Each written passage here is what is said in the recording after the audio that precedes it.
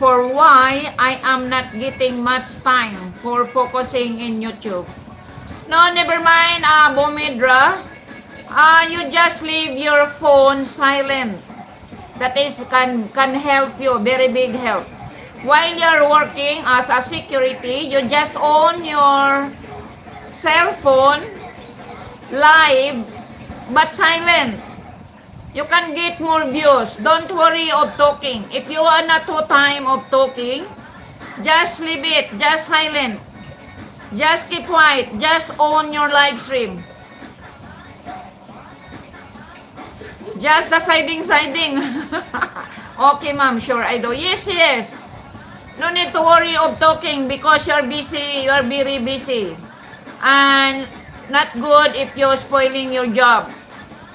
So you have to do your job properly, and this YouTube is just for your supporting little bit.